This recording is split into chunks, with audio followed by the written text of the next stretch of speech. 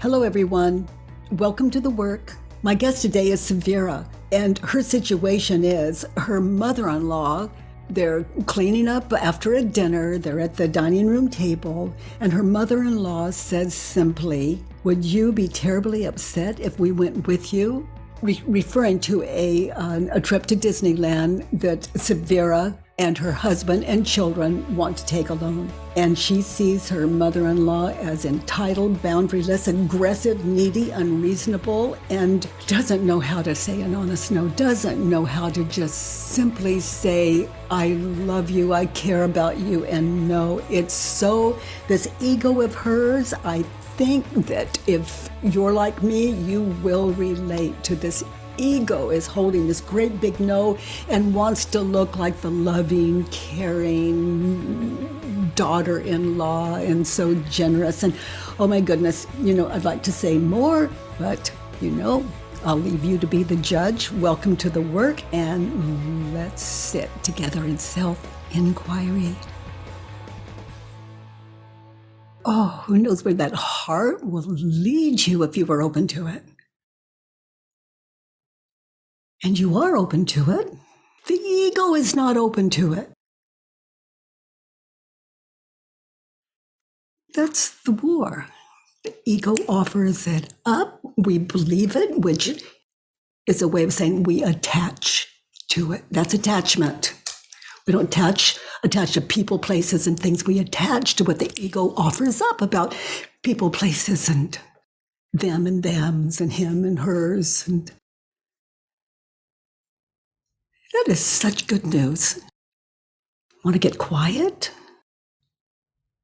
Want to test what I say? You want to get quiet? If you really listen, you'll hear what you listen to all the time, every waking moment. The illusion, false identification, duality, the heart and the apparent ego. I say apparent ego because ego is a state of mind. You can't touch it. You can't take it out. I see Stephen at breakfast this morning, but I can't take him out of my head and prove it to me or you. But I see an image in my head. That's Stephen. I'm married to Stephen, and we had breakfast this morning. I can say it, but I'm aware that that's false evidence. False evidence it doesn't work saying that because it implies evidence.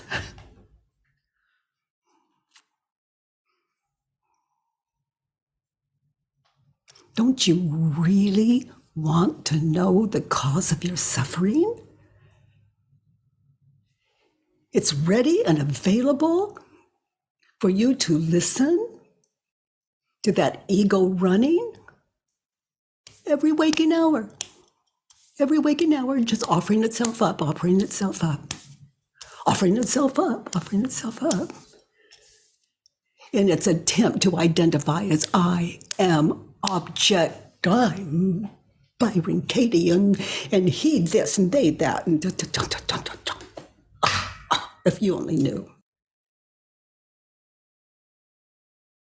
There's an attitude that comes with I know. I know. I know, I know, I know. Attitude. Identity comes with attitude. The way your hands move, your arms, the emotions, all of it. Just letting you know. To just shift back and notice, just to use the word you falsely, how you, in that parent identity, how you react and what happens when you believe the thought, when you believe what you're thinking. Those of you new to the work, don't even try to hear my words. If they make sense to you, yay! And I really want to welcome you. What we do in this community is we identify We open ourselves to the ego. We identify what we're thinking and believing in any given moment and situation. We go back to that time and place where we were so hurt, confused, tortured, or even mildly irritated. We go back in our mind's eye to those situations, and I know you can do it. It's called remembering, because the ego offers it up, but only to your deathbed. Identity. So you identify what you were thinking, believing in that situation, and you sit in 6 questions on a worksheet. I call it Judge Your Neighbor worksheet. You just answer those 6 questions that support you to identify what you're thinking and believing in that situation where you were so wounded, so frightened, so disturbed that you would inflict it on the people you love and care about in your innocence. So we identify what we're thinking and believing in those situations, and we answer those 6 questions, and there are thoughts on paper. There it is, the cause of our suffering. We've identified it. Okay, that's the first part. And then we question it. We question it. We work it with a capital W. We work it. It's your identity. Why wouldn't you? If it was painful. And you're having a good life, yay. It's a little rough. Remember, there are 4 questions that if you sit in the practice of what I've just described, just 45 minutes a day will shift your life. It's a great investment in reality. It gives you what money can't buy you. It gives you what an ego could never give you, because the ego giveth and taketh away in the same movement. Very compelling, very compelling. Okay, so this community, we identify the cause of our suffering and we question it. Identify the cause of our suffering and practice how to question it. Aliette, you have a question, honey. So all of you new to the work, welcome. Boy, that's a long way of saying welcome, welcome, welcome, welcome, welcome, welcome, welcome. Hi, Katie. Hi, Aliette. I have so many conversations with you in my head. It's nice to have one. Oh, I love my home in you. It looks like we're having a good time.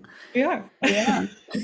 And I have a question, a kind of painful thought process that happens that I'm not quite sure how to translate onto paper.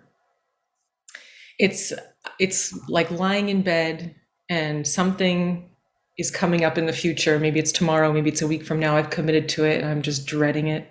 And I'm like, oh, it's going to suck. And oh, I'm going to suffer and I'm going to be good. And I'm going to waste my money doing it. And why am I even going? And should I cancel? And I'm laying in, but should I cancel? Yeah. So I'm wondering how that might translate to a Judge Your Neighbor worksheet or a worksheet. Yeah. Well, I don't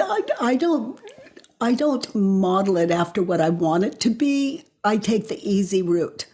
I work on mother, father, sister, brother, the people that you work with, for example, the people in your life, and identify what I'm thinking and believing about those people or that person, and question it, because that's territory I'm really familiar with, and I can't say I'm familiar with. The ego loves offering it up.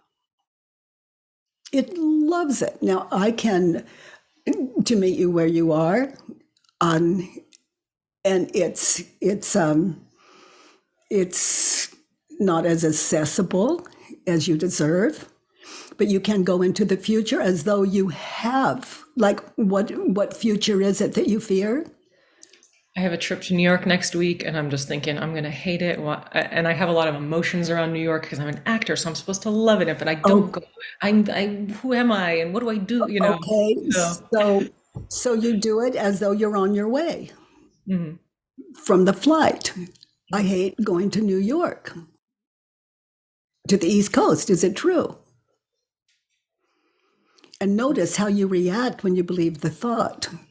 Mm, So you fill in the worksheet as though you're already there or mhm. as though you're on the flight going there and the airline's not going to turn it around for you. And and your return ticket is not as soon as you land.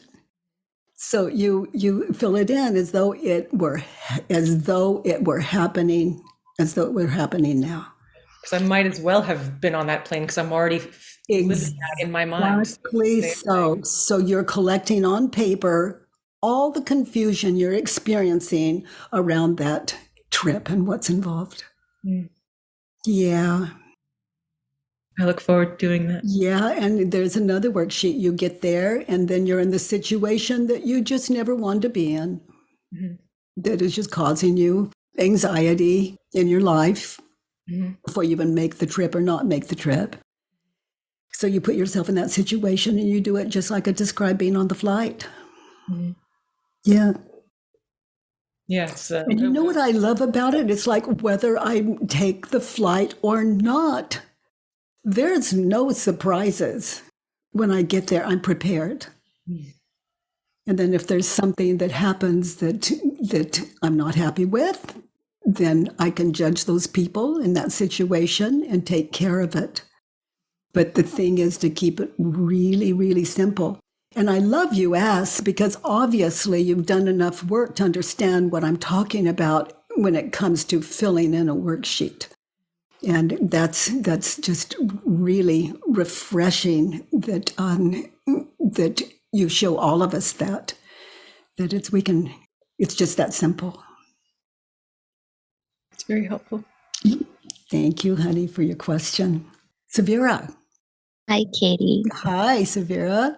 I wanted to say thank you to Nancy from Monday. Mm, After hers, I got just completely inspired, and I've just been doing worksheet after worksheet after worksheet, and what it's oh my God, you wouldn't think that heaven could be at our fingertips.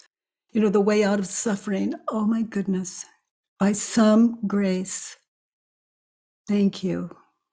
yeah, I felt freedom on some things that I haven't felt in a long time, Mm, and yeah, it's just been tender though, going through so many. But it's, as you said, I think in one of the videos, that it's almost like once you open the gates, like it's relentless. yeah. I almost realized every moment I'm believing a thought that is creating. Wow.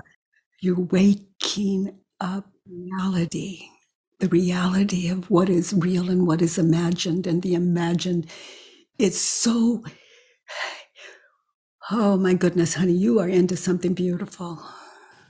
Your true self, waking up to the privilege of I and no other. The ego will compete for that position, but I'm hearing from you, you know how to get still and notice the difference and how to Yeah. center yourself. Yeah, the biggest difference I found, because I've done this before, was the number 3 question. In the past, I would rush through it. Like, I know how that feels. Advice. Number 3, for those of you know, it's advice. Blank should, blank shouldn't, advice. So I interrupted, sweetie, continue with your experience. Yeah. Well, this one is the how do you react when you believe the thought? Mm-hmm. And I usually I have the I know mind, and it just says, I know, I know, I know. That's why I'm doing this worksheet. Let's go to the good part of how would I be without the thought. And in these last 3 days since Monday, I found I sat in that question Ooh. for a day. And it was in a situation that I thought was just nothing. But I know it was a familiar, how do I believe the thought? And like this person was blocking my life in a way. And that's the same story. So even though it was with somebody who I wasn't very close, it wasn't mom or dad or anything, I sat in it for a day. And that was, yeah, just different. Yeah. The work is meditation. It's an exercise in stillness.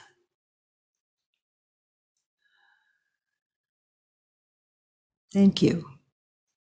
Yeah. Have you heard me say that when someone says thank you to me, I follow the simple directions. I thank me. Thank you. I received that. No one can give it to you yet, but yourself, and it takes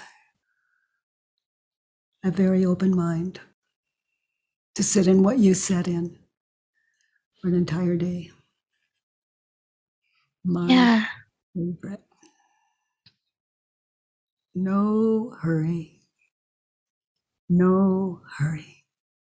You know, on our time together, it's speedy, like that's the way it's done. No. We do it here to just open the gate to possibilities, but getting still in this work, that's why I call it the work. The ego's going to want to just grab that emptiness and take it over. Just notice, open your mind, stay in. That third question in your experience on the worksheet and how you react when you believe the thought and who you'd be without it.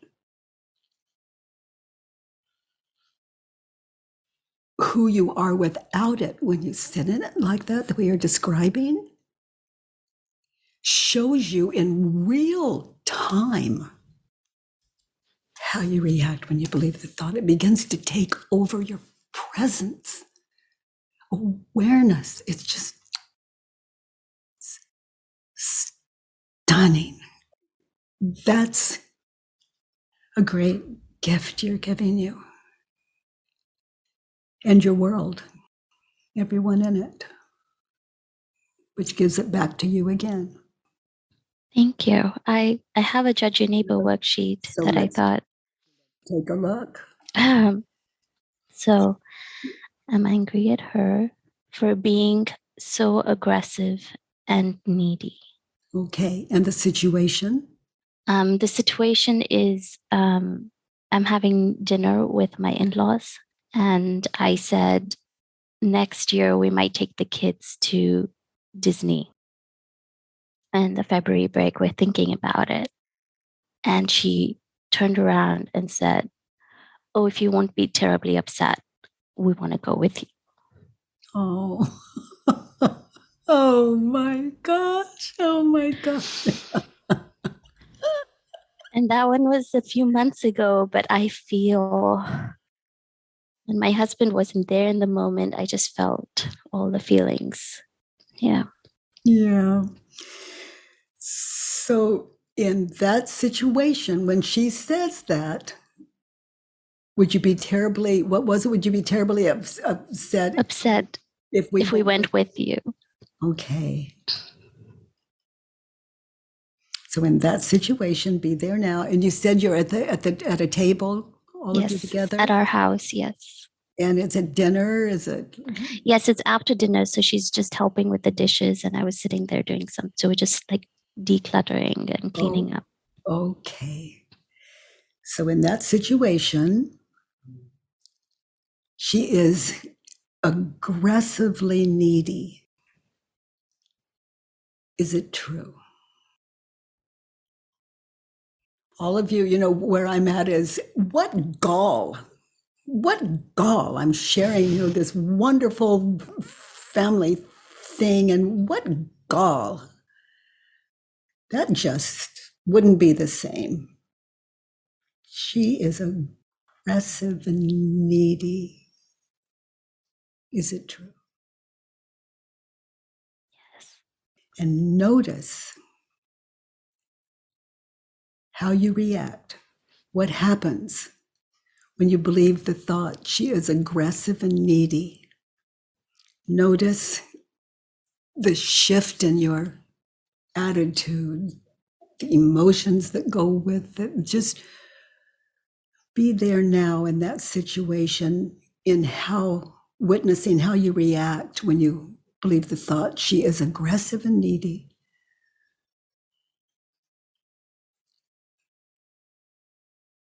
I feel very offended. So feel what offended feels like. It's like I go back and I put up a wall. Like she came too close. She crossed the boundary in my head.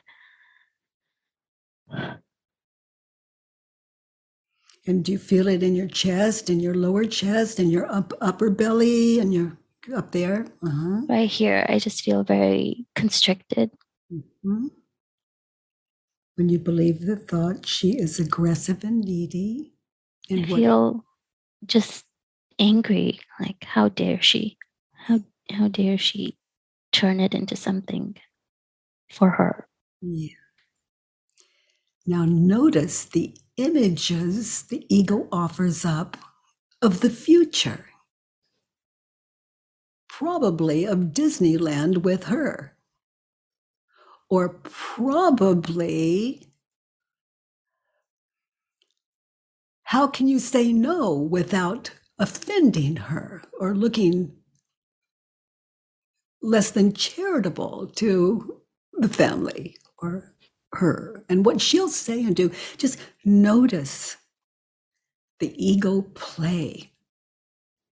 Yeah, I'm justified. I'm bringing list after list about just how dare she? I mean, does she not understand? Like, I have two little kids and then two seniors to take care of, and Disney has so much walking, and she has trouble walking, and that's on me, and I have to take care of everybody, and that my husband is in there, so now it's on me to be the bad guy. Oh, honey, that is hell in the moment sitting around the dinner table. That is something to clean up. I'm so glad you did this worksheet. Clean up the mess from dinner and the mess in your head. Oh my goodness. Yeah. Ooh. And the images of the past when you think the thought she is aggressive and needy. Yeah. It's like there she goes again, because I had the whole history of things that, trips we've taken where it's been so much work for me, and how could she possibly put that on me? Yeah. And who is she in your life again? An aunt? My mother-in-law. Your mother-in-law. Oh my, even, ooh, that's juicy.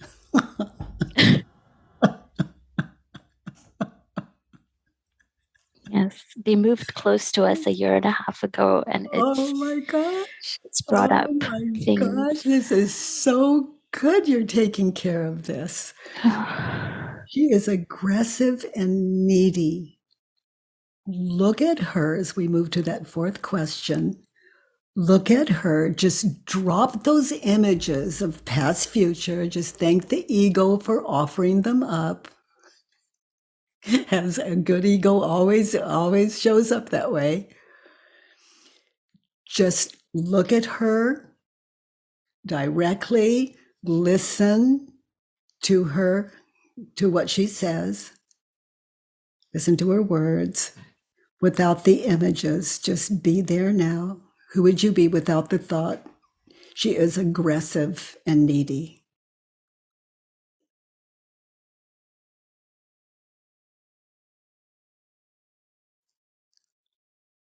I would just hear a statement. So give you that now. Hear her statement. And the question is simple. Would you be terribly upset if we went with you?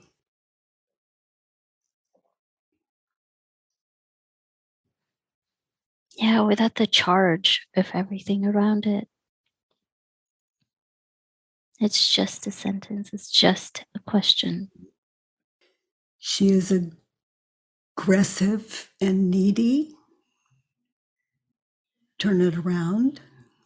In that situation, I am. I am aggressive and needy. So where are you experience aggressive? Where are you needy and aggressive in that situation? Yeah, I mean, my reaction was very aggressive from the inside. It's like a complete war, a complete bomb went off inside me. And I was needy because yeah, I needed her to not put me in a position where I had to say no instead of just being in my own space, and she's allowed to give me whatever she gives me and I'm allowed to do with it what I want. I was needing her to compensate for like me not being able to say no. I hate saying no. Yeah. And I didn't want to be put in that position. Um, so I was needing her to not put me in that position. Now notice, look at you through her eyes and just look at you. How do you react when you think the thought she's aggressive and needy? And look physically at you, your body language, your face. Are you smiling like it's okay? Are you giving her the look? I disconnect. I'm not even making eye contact. I'm trying to find You're a way saying, out. I look like a caged person who's just trying to get out. Like there's no joy in me. There's no even like a sense of being loved. yeah. Like she's just said so vulnerably that she wants to be with us. She wants to do something with us. And I couldn't even, like, I wasn't receiving that at all. And would you be terribly upset? That was her question. So the answer is already yes. Yes. You're already terribly upset just at the thought of what the ego is offering up of the past and seeing that as the future. And there goes your trip to Disneyland. The joy gone. You're caged. She's aggressively needy. Can you find another turnaround? What is the opposite of aggressive? Gentle, And what is the opposite of needy? self-sufficient. So she is gentle and self sufficient. Listen to her ask you the question again. Would you be terribly upset if we went with you? Yeah.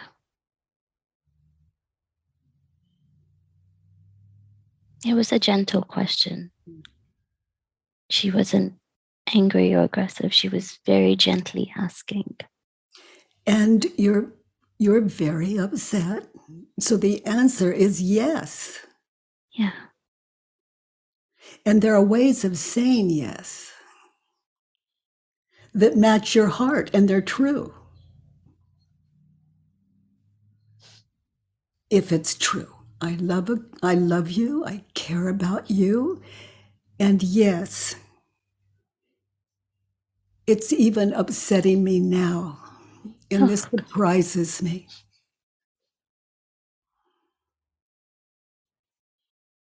It surprises me because I care about you.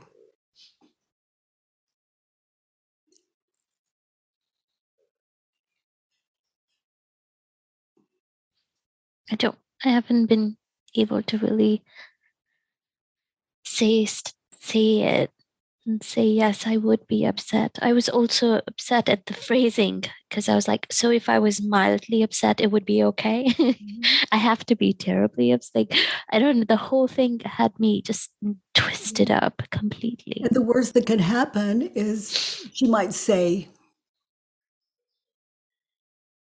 she might just never speak to you again. Now, notice that might not be a terrible thing. It's just the worst that could happen. There she is out of your life. I don't want that. And no.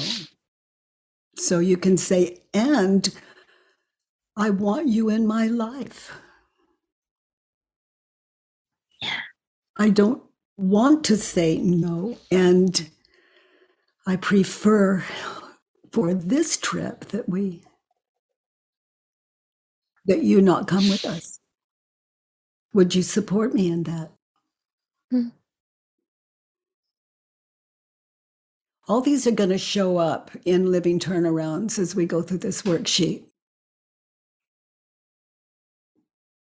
Yeah, I think I've kidded myself in the past because in words I said the right words. I didn't say it that vulnerably, but I did say it technically right. But my energy was completely off, and I know that. And it's been weeks, and it's still there. Yeah.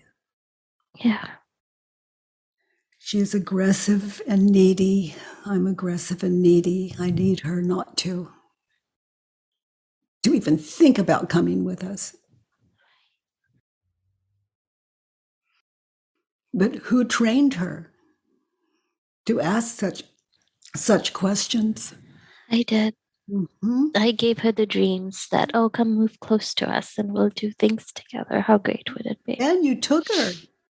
I did. Trouble walking, all of it, and you just put all of that on yourself. Yeah.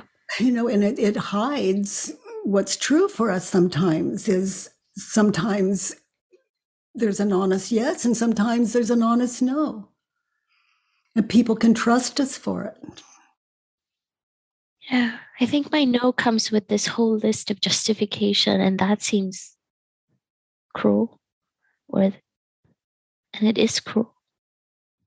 It is cruel to use those things as justifications when it's not about that. Yes, honey. Let's look at 2. I want her to understand boundaries and stop forcing herself into our lives. Is that true? Be there now. The dinner table, cleaning up. You want her to understand boundaries and stop forcing herself into your life.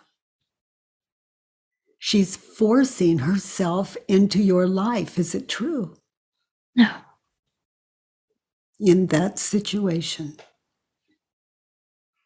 No. No, she's asking. She's not. She's asking, would you be terribly upset if we went with you? And how do you react when you think the thought she's forcing herself into your life? In that situation, get in touch with how you react. What happens when you believe the thought? I feel very threatened. And it's like I put the aggression behind her words and push it on me. But without me putting that aggression behind her words, it's just a loving,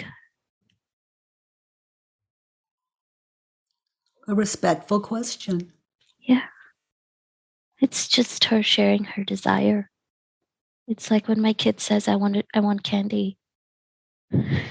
I know I'm not going to say yes, but it's sweet. You're more honest with them than you are her. Yeah, it's just, and I love it when they say that because I love seeing their face all hopeful and excited, and like I can see they want it, and it's so beautiful to see that in them. And I get to say, yes, you can on Friday when it's treat day. And they're like, oh man, but Oh, there's a good one. And you can tell her, not this trip, but right. let's look at dates for another one when we get back from Disneyland.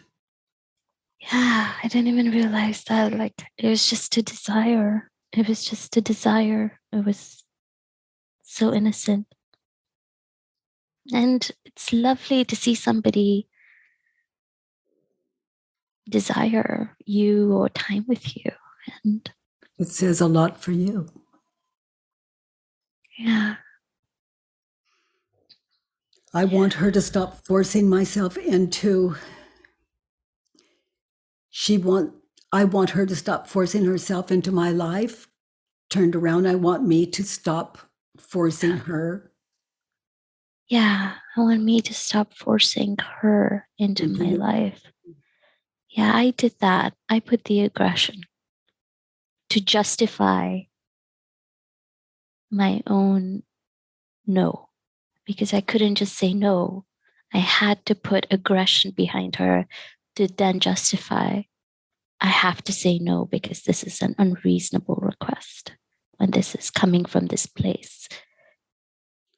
When in fact, it's a very reasonable request, knowing what you've trained her, how you've trained her to see you and your relationship together.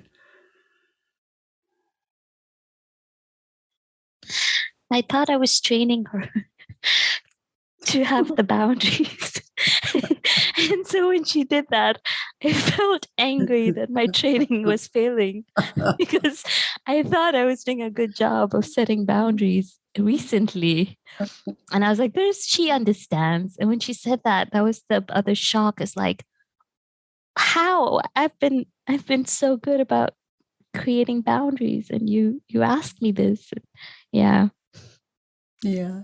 And it's not that you haven't done good work with it. It's just that she's your like final exam in the moment. Yes.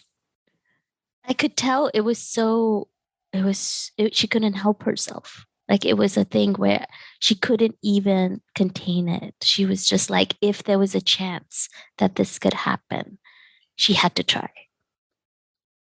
And again, it's the same. I'm just seeing it as my kids. It's like, they know the answer it doesn't change, but they have to try just in case. And that, I don't get mad at them. I love it. I love that they share with me. Yeah. I love that. And they trust your no. Well, we'll do it on this at this specific time later. Right. And then my son says, so is it Friday? And I love that. I love their ingenuity in figuring out how to make it happen. And with her, I twisted it completely. Yeah. I want her to stop forcing herself into my life. I want me to stop forcing myself into her life. Yeah. So what examples do you see there? Those of you new to the work, sometimes examples, arise. We can, there's examples there, and sometimes not. Just open your minds. I want me to stop forcing herself into I want me to stop forcing myself into her life. Yeah. I was in her business, changing the meaning of her request. It's like she was saying something and I was just distorting it live to create my own version of reality, to make her unreasonable and therefore me justified. And I could tell, like, I couldn't just let the clean request come and receive it in a clean way. I got in her business, distorted it, and then made sure to distort it with my husband. And that's me getting in her life because that's her relationship with her son. Wow, honey. Wow. Yeah. I got in her life. I forced myself in her life, and I made sure to tell even my sister-in-law, and be like, can you believe? Because I just needed to feel like if I said no, or if, then they would all be like, oh, of course yeah. And I told my sister, and that's me forcing myself in her life, because those are her relationships that I'm coming in with my stuff and Wow. changing and Wow. tainting. Yeah. Wow. I can see your mind is so open. I can see why you would sit in these all day. They're so revealing to your open mind.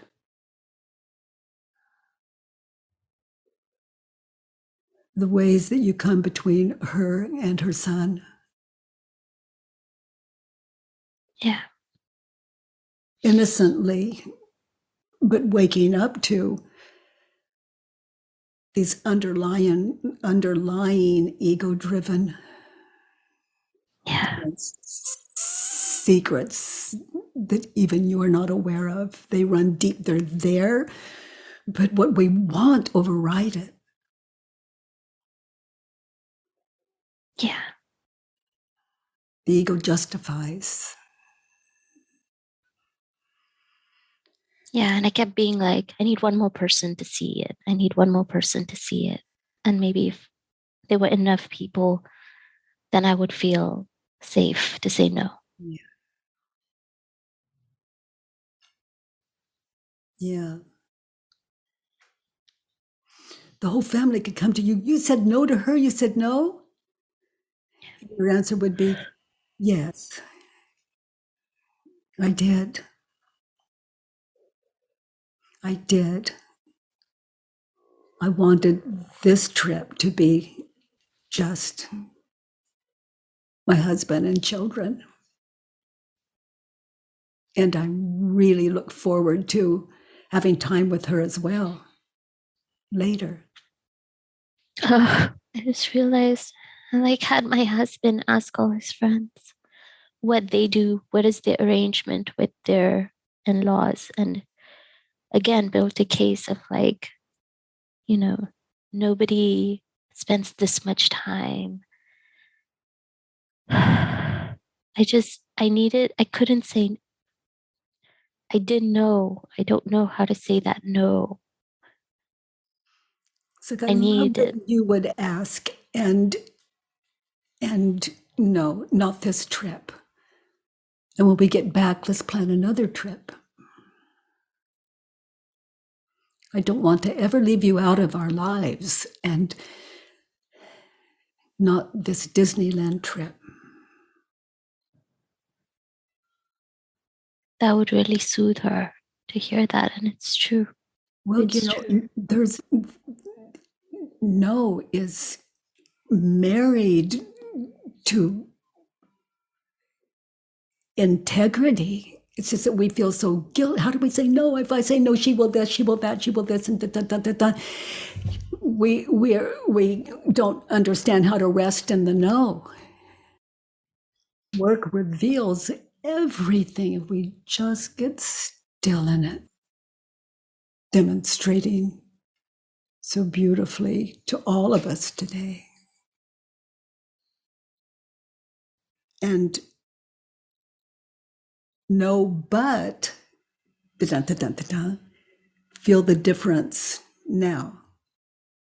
No, and we can make up for it when we get home and have time together. No, and oh, I'm so sorry. Oh, I'm so sorry, and I just feel so guilty. And I. See the difference? No, and joins. No, but separates.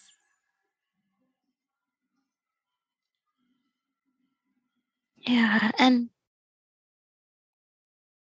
the rupture that I'm worried about, or that I'm afraid of, is because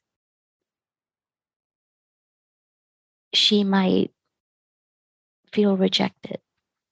She might. And I think that the rejection is from feeling like we are not including them in our experiences. Well, you don't always include. Right. Right. So her feeling rejected, that's hers, not Yeah. yours. When you are clear about yes and no's. Yeah. And she said, "Oh, you had a party and you didn't invite me." Dun, dun, dun, dun, dun. And you said, "Just listen. It's true. You didn't. You had a party and you didn't listen to her." I think deep down, I don't believe that I just get to say no. That still feels radical. Like, Yes, an honest no is radical. We tremble in it. But these worksheets, that's yeah. what they're about. They're about waking up to reality. And there's nothing, my goodness, I have a cousin who was very alcoholic. He called me one night, like 3 a.m. in the morning. I answered the phone and he says, "I've got a loaded gun in my head. And if you don't give me one reason why I shouldn't just put it in my mouth and blow my head off, if you don't give me one reason, I'm going to do it. You're my last hope." And I thought about it. All he asked for was just one reason not to pull the trigger. I thought about it. And he said, "Are you still there?" And I said, "Yes, I'm still thinking about why you wouldn't pull the trigger. I don't want to give you reasons that you ask me. So just give me some time." One reason why he shouldn't.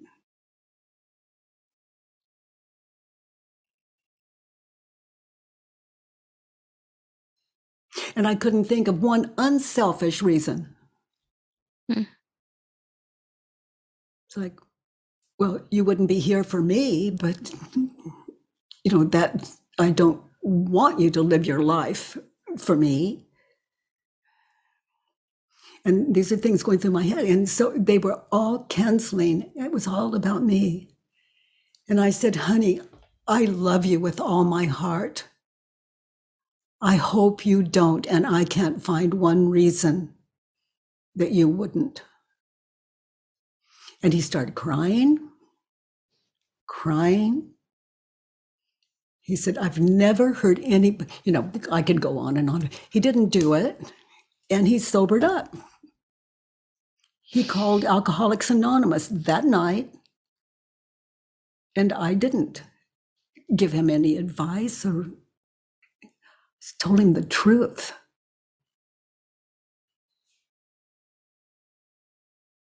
And I don't suggest that any of you take that on. It's got to be so bloody, authentic, and honest. If he pulled the trigger, I'm good with it and I'm respectful of his life. And the life of a practicing alcoholic is hell. And it still was no reason. I just couldn't find a valid reason. He asked me to ask someone else, he'd get a different response. He trusted me, and I trusted me as well. I didn't cave on my yes and no's. Because like Stephen might say, "Oh, please, please, please," which he would never do, but because we have such clear communication. But let's say that happened. Well, it did at first, in a very different way, but meaningful things for him. He'd ask me, and I'd say, "Oh, honey, I love you so much," and no. I'm immovable in it. And then if he continued, often my mind would shift, but for my own reasons. Had nothing to do with him. It's just that what he was saying made sense. It was something. Honest yes is honest no's. Where do we get that? In these worksheets when we know ourselves. And the whole world could leave you, but you don't leave you. And as it turns out, no one left me. You know, the people that I know of. But I didn't, I haven't, and this world is Earth School. You want her, let's see, you want her to understand your boundaries. She does. You didn't say no.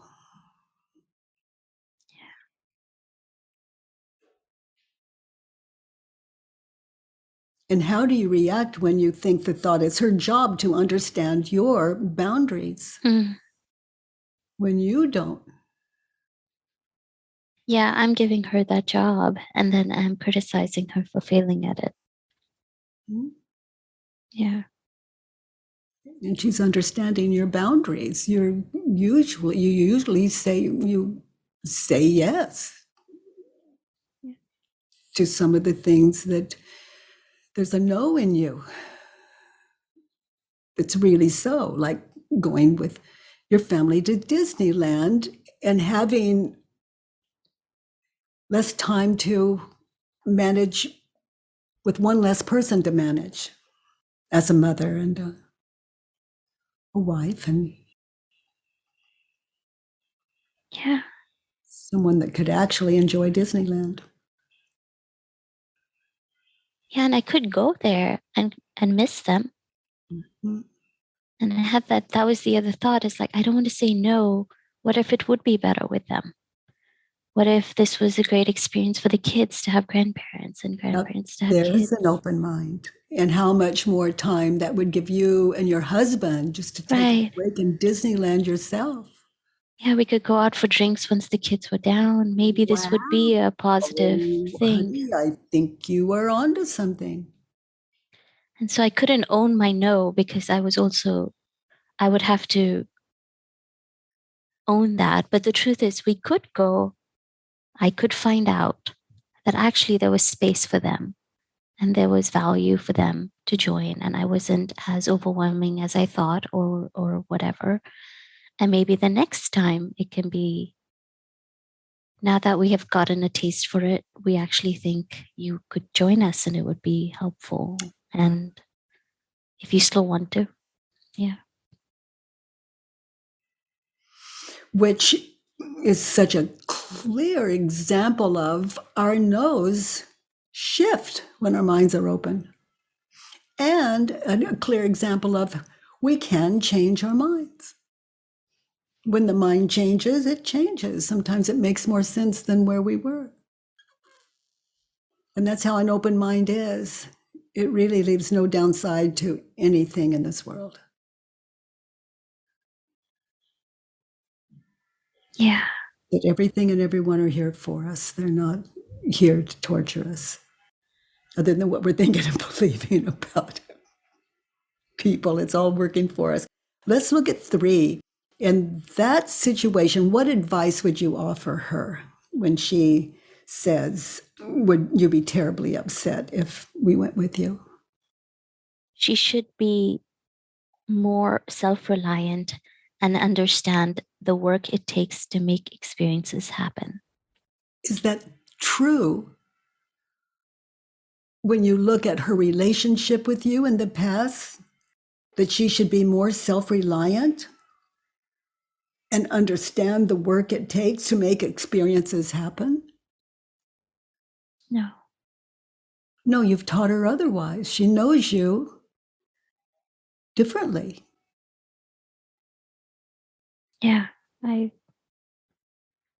pride myself on making it look effortless, and then I'm upset because I want everyone to think like, wow, this just does it all. And then when she's like, great, then I want in. I'm like, how dare you? Do you know how hard it is? How can you ask me? Yeah, I wanted both. I want the perception and the praise. of somebody who's just effortlessly mothering 2 children and has a So, job. And so we live as a slave. You've described what a slave of the ego looks like. mm, I want people to see me as what you described. yeah. And when it worked too well, then I'm blaming her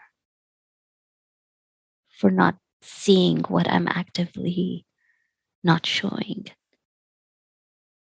Wow.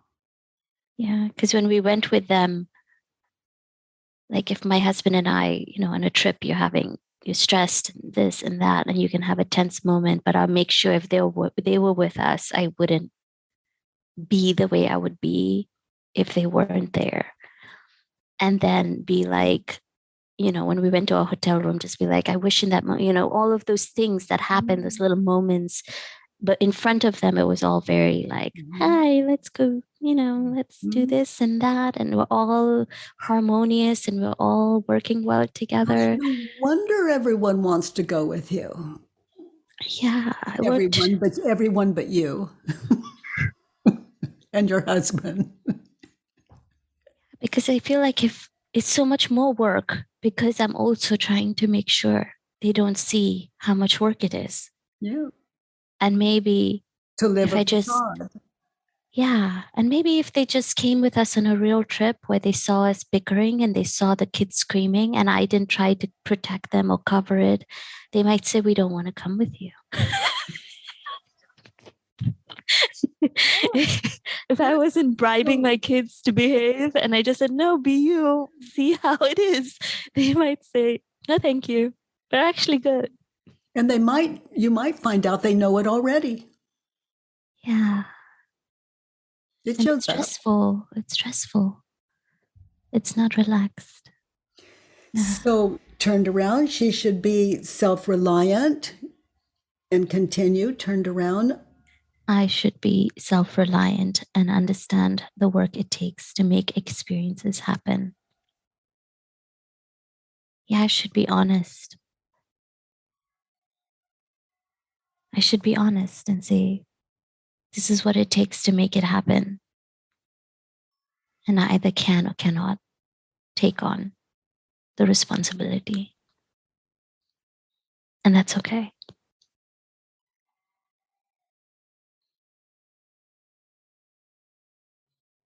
Yeah, I play the game with myself where I minimize the work when it suits me. And then I maximize the work when it suits me to say, I don't want to invite you because it's so much work. And there are other ways of saying it, and it'll show up like, if it's true. I want to invite you, and the truth is, I just cannot handle one more person, even though I can see how helpful you always have been. It's just too much for me this trip. You'll find your own language, and it shows up. Advice to the self. I should be self-reliant at the table with her when she asks. I should understand the work it takes to make experiences happen. Yeah, I could say you want to happen is to be there with your family and not have someone who has trouble walking with you. And that was your state of mind at the time. Not seeing that they'd be great babysitters and you and your husband have nighttime, and it wasn't available then, but what you needed was available to take the worksheet. Yeah, and I could even just voice it out and just say, I hear you and it sounds lovely. It really sounds lovely, but I'm feeling overwhelmed at the thought of it. And notice the but. And joins, but separates. Right. Did you feel it? Did you feel it? The difference? Yeah. The but immediately was a separation. Mm-hmm. It was a pushback. But to say, and the way you said, can you support me in this? And to say, Yeah. and this is a lot of, I'm overwhelmed at the thought of it already. Do you mind that we go this time for ourselves and see what it is like? And if it feels manageable, we would love to include you next time, or maybe on a different trip. And you find language for it. It's just so clear, honey. And you didn't have to hide. Yeah. You didn't have to respond out of false identity. Yeah. You know, it's just, there's so many ways of, once you know yourself, but the ego offers up yourself just overloaded. And that's false self, you know, by nature. Yeah. Let's look at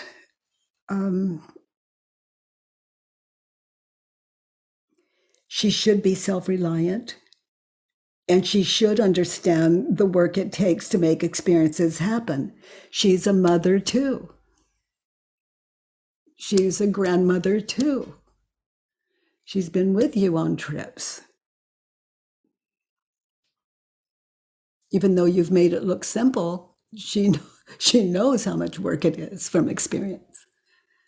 And she'll say that too. She will say, like, you guys are doing a great job. This is a lot of work. She will make those, she will acknowledge that. So let's look at 4. In that situation, what do you need to be happy? When she's asking you at the table, I need her to not expect us to make her experiences happen and act like it's all well balanced. Like the responsibilities is well balanced. Yeah. I need her to not expect us to make her experiences happen. is that true? That you need her to not expect you. And I would look at, she expects you to make her experience happen. Is it true? When you look at how you've dealt with your life with her in the past, is it true that she should not expect you to make her experience happen? I'm just feeling all the previous times where I fed that because I wanted her to like me. And I wanted her, it was the ego. Seeking love, approval, and appreciation. Yes. It was the feeling of security. If I could make her depend on me. And that's pure ego, like the security of the facade I hold. You know, I need other people to hold it up, or how am I, ego, going to hold it up? It's not respectful of her, because I would show up and be like, I'll take care of it. I'll do this. I'll do that. I'll host dinner. Just let it be at my house. And then. And how do you react when you think the thought, to be happy, I need her not to expect me to make her experience happen?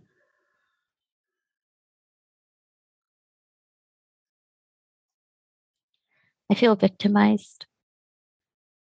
I feel burdened that I'm the one responsible. I feel resentment. I feel a lot of resentment. Boxed in, cornered. Yeah. And I feel like I can't even see her. I'm just sort of like, I just like have a taste in my mouth of what that feels like. And I'm just associating that with her. I'm not even seeing her. I'm not even acknowledging her. Whether her place is the grandmother, the place as the mother of my husband. I just see her as that person who's bringing that. An object in your way. Yes.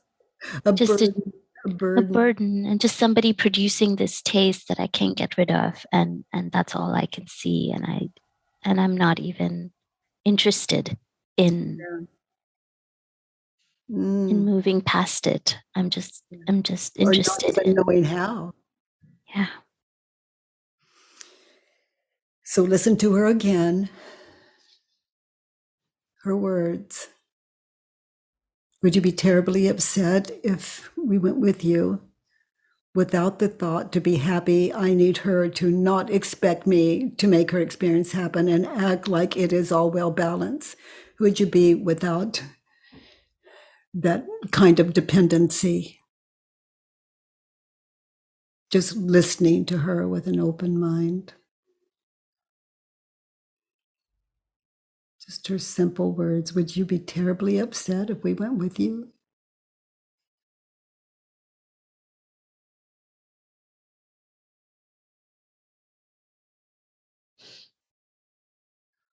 You see it shift from her responsibility to yours? Yeah. Yeah, when I sit in trusting myself to know what to do in every moment and trusting that, then it's not a threat. Yeah. It's not a threat at all. It's just her desire. And there's no expectation that she's putting. It's me. I'm putting that expectation. Yeah. So to Yeah. be happy, I need me to not expect her. Yeah. I need me to not expect her to make her experiences happen. Right? Because she can't, like, she's used to us doing that for her. And to be happy, And I to be don't need happy. her I don't need not, her. to not expect me to make my experiences happen. I need her to not expect. Oh, I need me to not expect me to make her experiences happen. Yes. Yes. I need me to not expect me to make her experiences happen. That is the biggest burden I put on myself. Yes. Because I feel like if I can carry this, then I give everybody joy. But because I can't carry it, then now I'm depriving everybody of this joy. But that's the expectation I'm putting on myself. See how this life is 100% all up to you, and that there's nothing mean or phony about it. It's authentically how to live a happy life, just to know yourself as you're showing up here in this beautiful work. That open mind of yours. The trusting myself feels very, very sweet. Like just being able to sit with that and say, I trust myself. It's okay. It's okay. That's a sweet space to be in. And then from that sweetness, if somebody has a request, I have only sweetness to give. It's like, And it's wonderful when you're confused to understand, you can say, thank you for asking. And this is something I need to consider more deeply before I can respond. This is something I want to look at before I answer. yeah. Thank you for asking. And I just don't know. And I'll get back to you. And there are so many ways of saying it without terror of what people will think of us. We would all tell the truth if we knew what it was, if it wasn't so buried under fear, meaning ego buried, ego involved, ego owned. And there's security in that, the security that I'm looking for. Completely. Yeah. It's like Never boxed in. No. Only the ego fears Yeah. being discovered. Yeah. But this is such a gentle way. You're showing us, what I'm talking about when I say the ego is just looking for a home in itself. It's like, notice how the ego, it just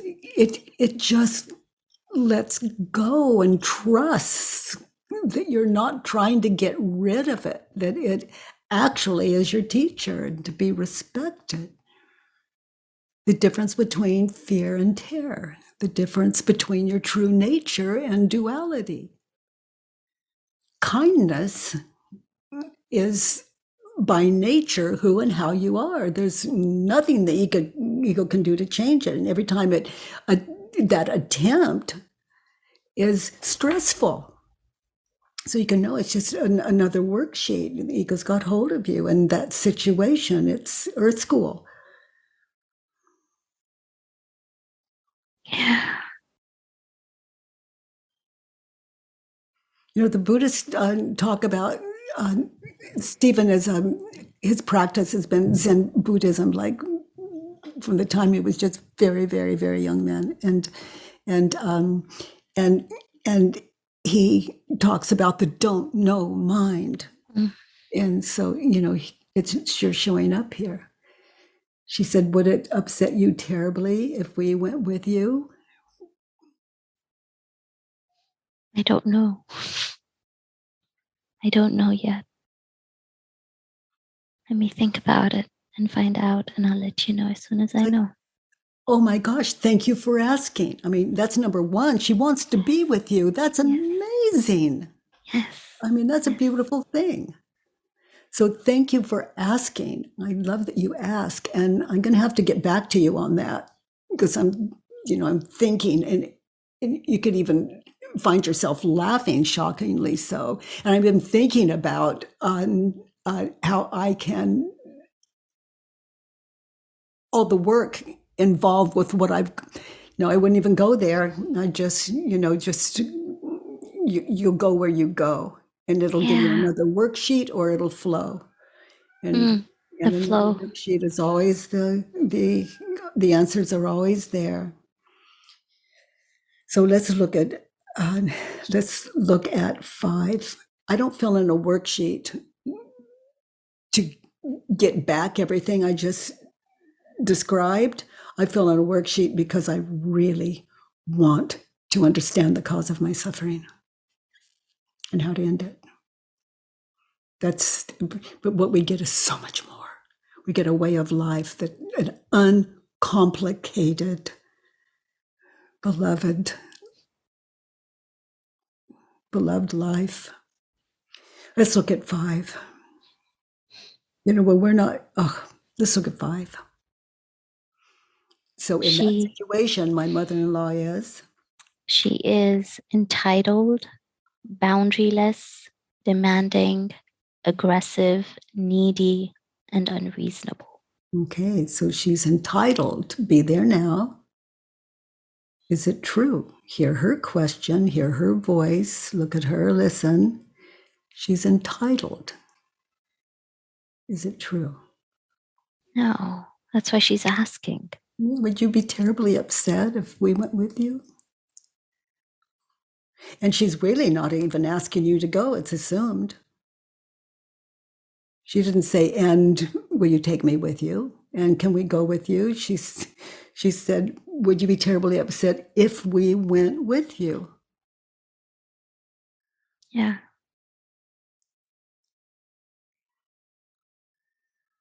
And then you assume onto it and put the burden on you. Yeah, I tell myself what she's really saying is she's basically framing it this way so I can't say no. And I've completely, that was me. But the words and the yeah, and that could be what she meant. Chances are yes. And she didn't ask. Yeah. Just noticing. So in that situation, what is the opposite of entitled? Gracious. Yeah.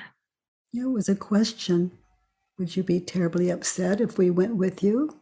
gracious, Yeah. boundaryless. In that situation, she was Boundaried. boundaryless. Is She it was true? boundaried. Boundaryless. Is it true? Yes. In that situation, she was aggressive. Is it true? No, I put the aggression. It was not aggressive. No, just a simple question. Yeah. And probably excited. Who knows? Only you know. You were there. You saw it. You could, but just remember who trained her.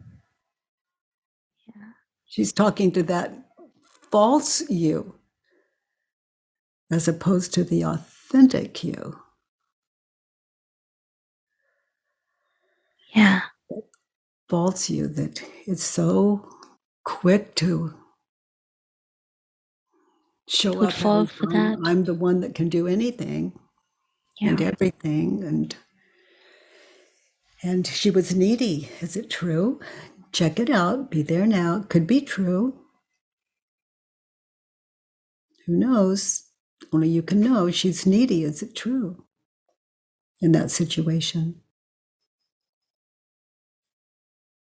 No, she had a desire. That's That was a just desire. amazing. She wasn't needy at all. No. That gives you a whole new mother-in-law. Yeah.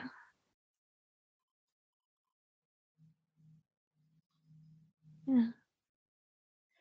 Unreasonable. Was she unreasonable in that situation? Now, when I take responsibility for my own no, then she's not being unreasonable.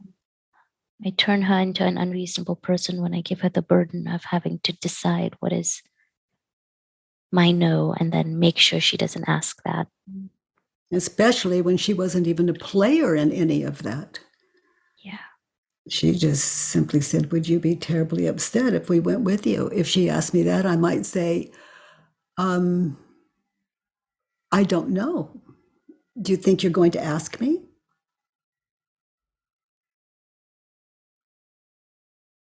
I'm not saying I would say that, but I mean, I'm just putting it out there that she hasn't asked. And I mean, I've trained her in many ways.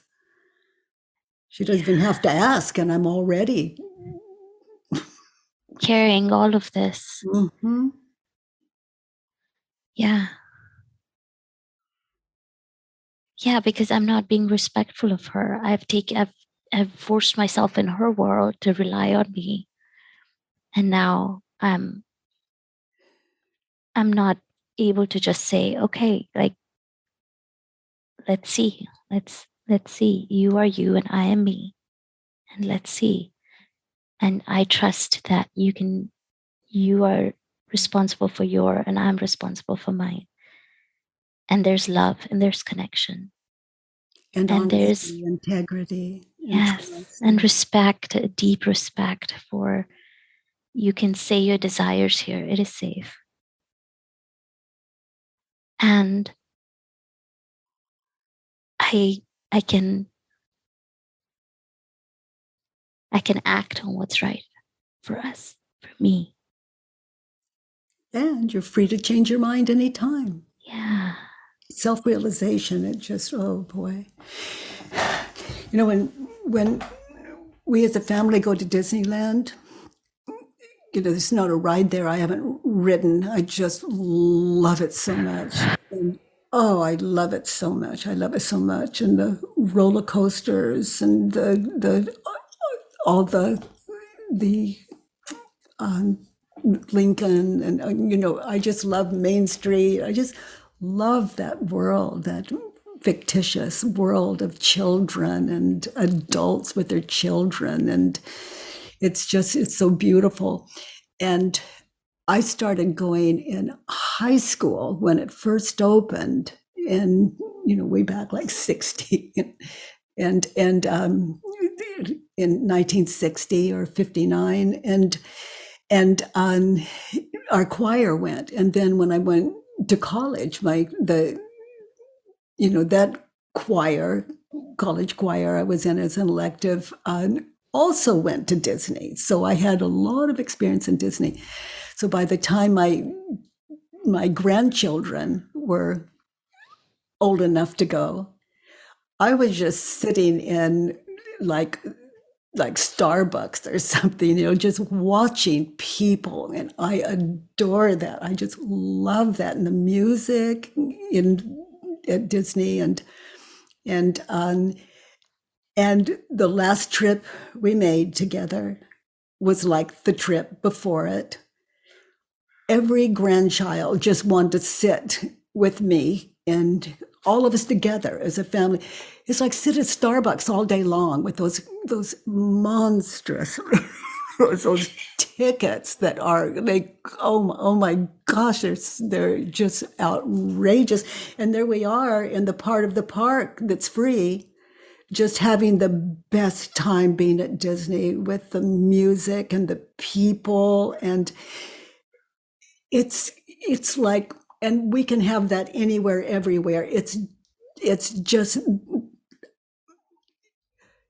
a radical shift. My children would run from me at Disneyland, ditch me in a New York minute because of that mother. The work gave them a whole other mother. And I bring that up because, looking at you, that's what I had, a mind by some grace open enough to hold the gift that I received on the floor.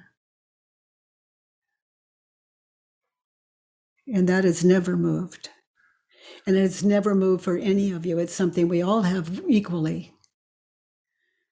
But the ego that fills that space, it requires lovemaking.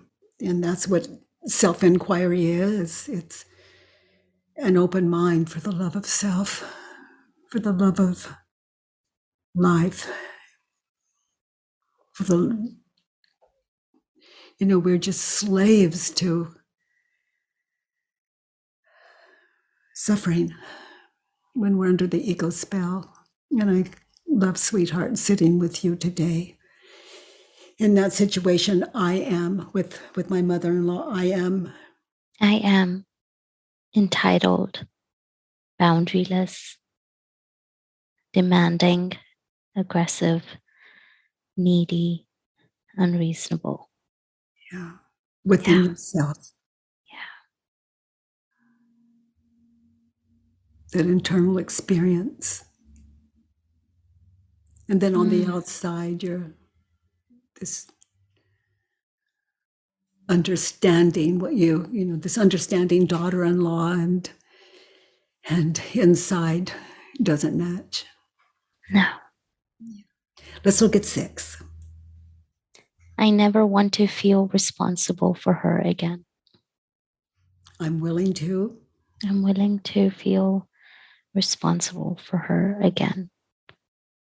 Because that's just me bleeding my responsibility out. So I need to. You've experienced that burden again. It's a worksheet. Yeah. I look forward to feeling responsible for her again. If it feels like a burden, then like you can be responsible. It's not a burden. It's authentic. Yeah. That's what I mean by responsible. It's not. I'm responsible for my children, and that's not a burden. But yes, this one feels like a burden. Yeah. Well, one more beautiful child in your world. Self-realization is ageless. It's anything from like when we learn to talk and believe ourselves to be in the world, and this we believe ourselves in. It's to all the way through. Thank you, sweetheart, for showing us the beginning, a way to the beginning of the end of suffering. By the way, everyone, if you enjoyed this podcast, please give us a 5-star rating and review on iTunes. It really matters, and thank you for that. I love that you join me every Monday, Tuesday, and Wednesday from 9 to 10 a.m. Pacific time. At homewithbk.com, let's do the work.